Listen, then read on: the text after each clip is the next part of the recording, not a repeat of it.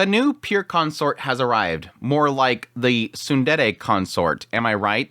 Okay, that was a stupid joke, but come on. Those looks that she was giving was pure Tsundere. But yes, episode 14 of Apothecary Diaries. I have to admit, the second half of this episode was pretty blah. Like, the first part was fun. It was really comical. Got a lot of laughs out of it. But the second half is par for the course of this writer. This writer doesn't really like to have these, like, overly bombastic, very short investigations that happen with MaoMao that have, like, insane effect. This writer likes to breadcrumb. And typically with all these mysteries, they're breadcrumbs to a bigger plot line. And typically I'm okay with that. Like, I usually like those little stories. This is like the first case where we have a breadcrumb mystery that I just didn't care for. It's literally like powder blew up and, oh, here's a really fancy pipe that's obviously going to be connected to something else.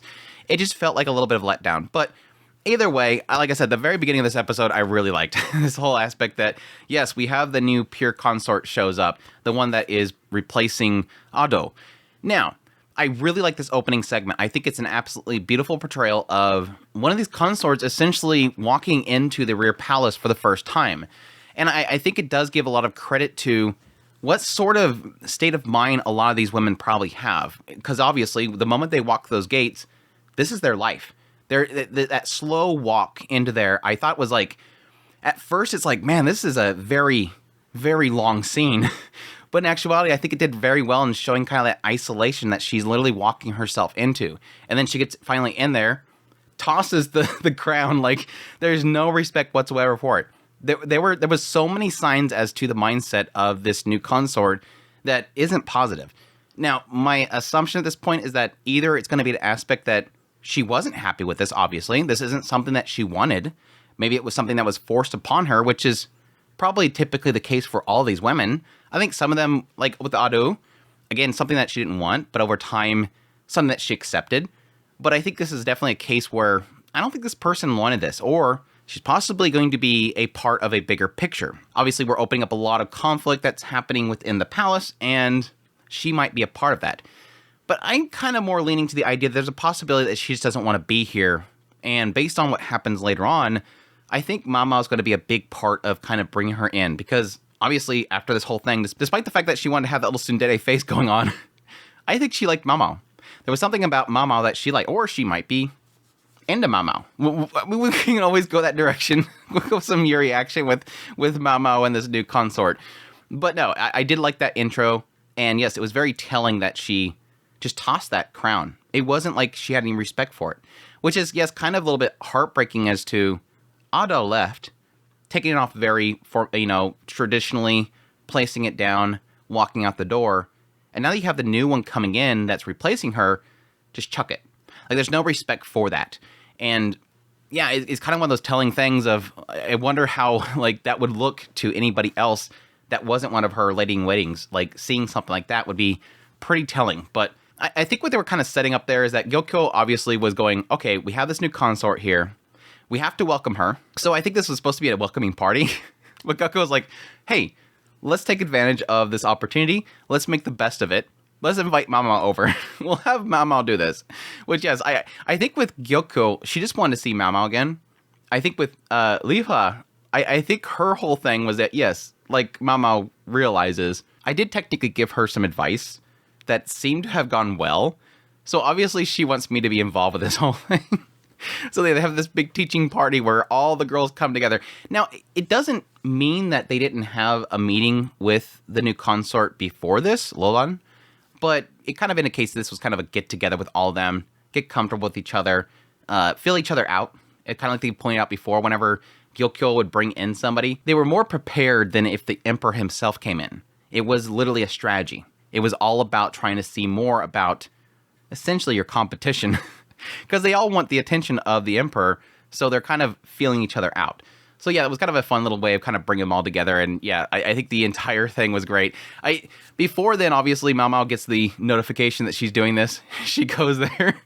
The entire time Jinshi wants to know what's going on. He's trying to swoon all of the ladies, saying, look, it's only for high-class consorts. And so MaoMao throws that back in his face. Changes the invoice so that she can get an extra bonus from the whole thing. Knowing that grandma's back at home, probably up in the price. But no, the whole scene with them all together was fantastic. For the most part, with the entire time, Gyokyo is just having fun with it. She just thinks it's great. You have Lifa over here. She's taking it seriously. Like, she's the only one taking it seriously, and she's, like, getting all this advice that obviously worked for her before. And then Li Shu, poor girl. Like, the entire time, Li Shu is just passing out and fainting because it's just stuff that she just cannot absorb. She cannot absorb that information. It's just too much for her.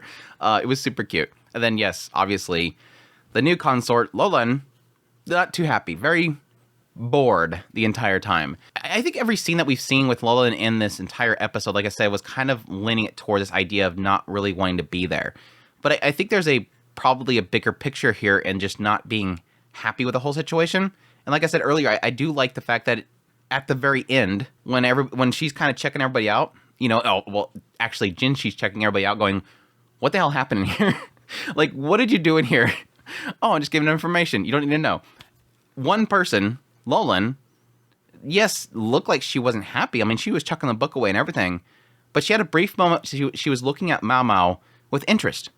And again, I think it's got to be an aspect that MaoMao entertains her somehow. My prediction right now is it's probably going to be a thing of, not that she is a mole or somebody that's in there to destroy something. She could.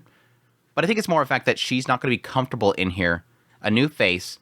And MaoMao's going to be the one that's going to kind of, I guess, make her comfortable. She's going to be the one that kind of breaks the ice for Lolan to meet the others and be more comfortable in the rear palace. But we'll see. I guess that would be probably a little bit more boring than if she is some mole that's in there in order to go after the Emperor. But who knows? If she is a mole, I guess the reason why I don't think that she's a mole that's there to cause problems is because I think that she would be putting on an act to be more acceptant of other people. This girl is a major conflict right to begin with. Like, she does not want to be involved with anything. And if you're in there in order to gain trust, that's the worst way to do it. Unless she's going for maybe the Emperor likes hard to get. I guess that could be a thing. But yeah, the entire time Jinshi wanted to know about the information, what they're doing, and MaoMao was just doing this whole hissing thing like a little cat. I loved it. Oh yeah, and I forgot that Lifa's lady in waiting was there, and she was terrified of MaoMao. Like, you totally think that chick was probably like, oh, I thought I'd never see MaoMao ever again, and here she is. But yeah, that gets into the second half, which, again, it wasn't my favorite part. Again, MaoMao going home, going to rest, and then an explosion happening, being afraid of leaving because of the old lady's, like, pretty hard on her. They had this whole moment where she was trying to plant herbs and stuff like that because it seems like this outer palace area, or this outer court, is just not really full of all the different plants that, yes, technically her father planted in the rear palace. And she's trying to do the same thing to the outer area. And yes, she's getting in trouble with the old lady. But then cutting to the next day, going to the office, going to discard some paperwork, which she knows that, man, this paper's really nice.